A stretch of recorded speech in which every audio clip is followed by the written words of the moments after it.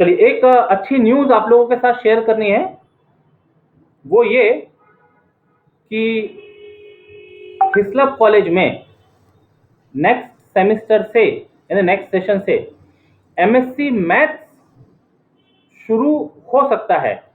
उसकी जो फॉर्मेलिटीज़ है, उसका जो इंस्पेक्शन है, प्रपोजल पास हो गया, इंस्पेक्शन टीम ने इंस्पेक्शन कर लिया, उसकी रिपोर्ट आना बाकी है और रिपोर्ट भी लग रहा है पॉजिटिव आ जाएगी। लेकिन जब तक के पॉजिटिव रिपोर्ट आ नहीं जाती तब तक के हम कंफर्म ऐसा नहीं कह सकते कि नेक्स्ट सेशन से मैथ्स एमएससी शुरू हो रहा है।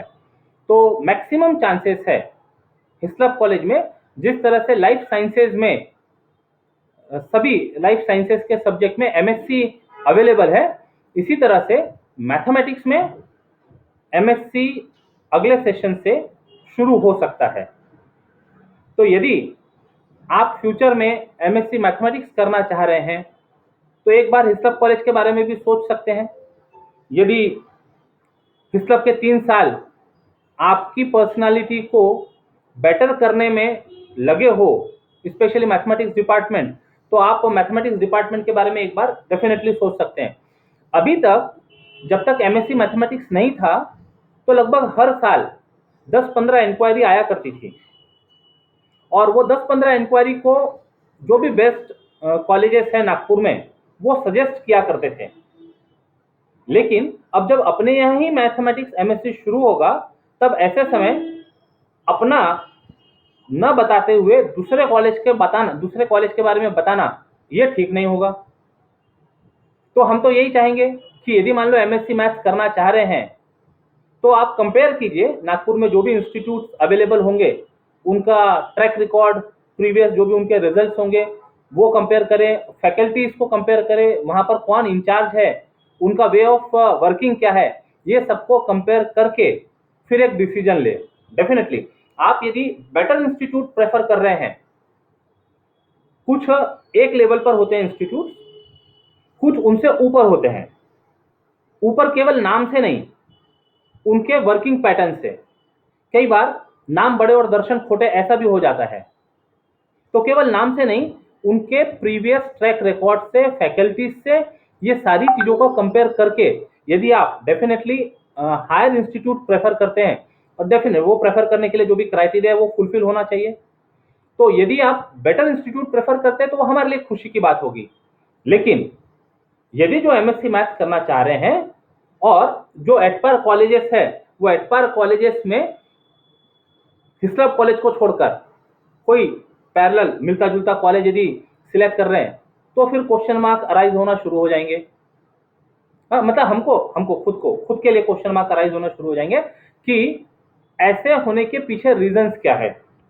डेफिनेटली वो तो समय की बात है, समय पर सोचा जाएगा। एक और इसके साथ जुड़ी खबर ये है कि अभी तक एमएससी के एडमिशंस ये सेंट्रलाइज प्रोसेस से होते थे। तो सेंट्रलाइज प्रोसेस से एडमिशन होने के बाद में आपके पास केवल चॉइस लिस्ट में कॉलेज की चॉइस नंबर 1 पे XYZ, नंबर 2 पे PQR, हाँ ABC, केवल आपके पास चॉइस होती थी कॉलेज को ऑर्डर देने की, 1 2 3 4 5 जो भी है।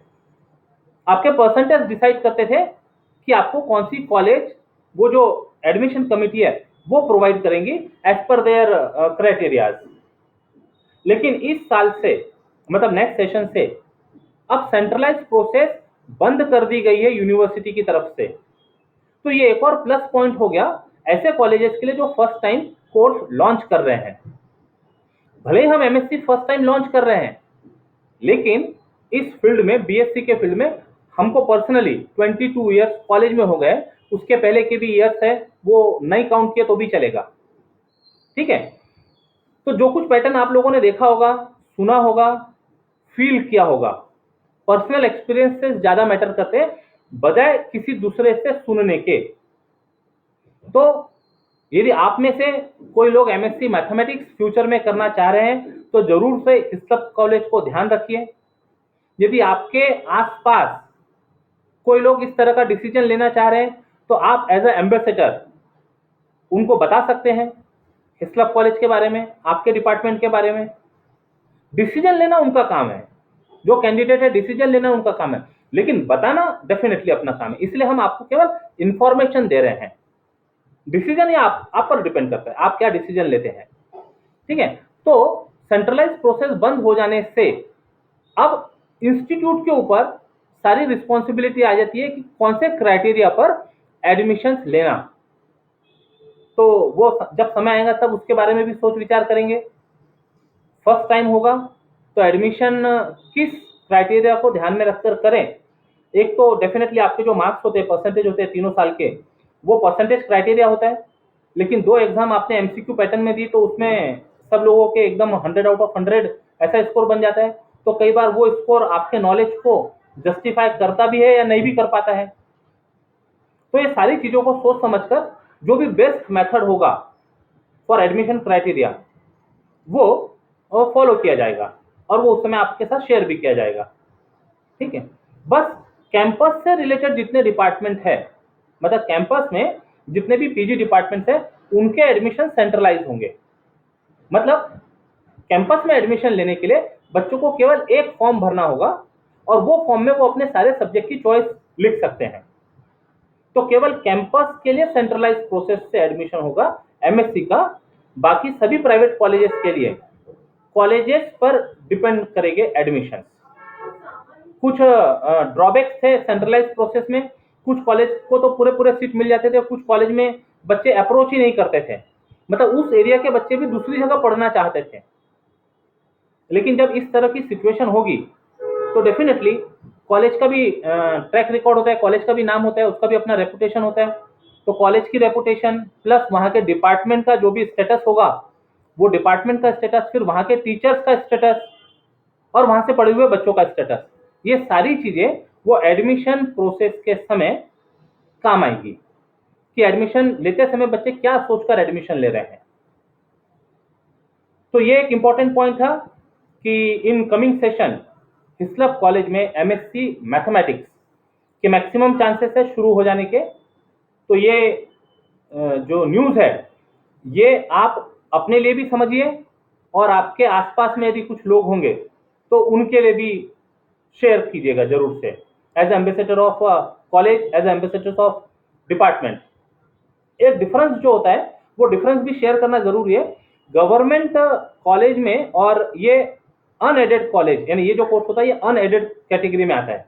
जितने भी एमएससी है, जितने भी प्राइवेट कॉलेजेस में, वो सब अनएडेड कोर्सेस है। तो डिफरेंस ये होता है कि अनएडेड कॉलेज की फीस ज़्यादा होती है, 20,000 30,000 लगभग इस तरह से। और एडेड कॉलेज में, मतलब जो कैंपस होगा या इंस्टीट्यूट होगा, तो यहाँ गवर्नमेंट फी होती है वो 4-5,000 ऐसी हो सकती है। लेकिन जो फैसिलिटीज़ है वो फैसिलिटीज़ कहाँ क्या मिल रही है, ये आइडेंटिफाई करना, ये पहचानना, ये आप लोगों का काम है। इसके साथ साथ में ये भी बताना चाहेंगे कि अपने कॉलेज में जितने सब्जेक्ट्स में एमएससी या एमए हैं, तो लगभग सभी सब्जेक्ट में जो 10 स्टूडेंट्स के नेम होते हैं मेरिट लिस्ट में, लगभग हर सब्जेक्ट में अपने कॉलेज के स्टूडेंट्स मेरिट लिस्ट में प्लेस पाते हैं। और अभी इस बार एमए इंग्लिश में तो 10 में से 7 या 8 स्टूडेंट्स हिस्लप कॉलेज के हैं। ये बहुत बड़ी बात है।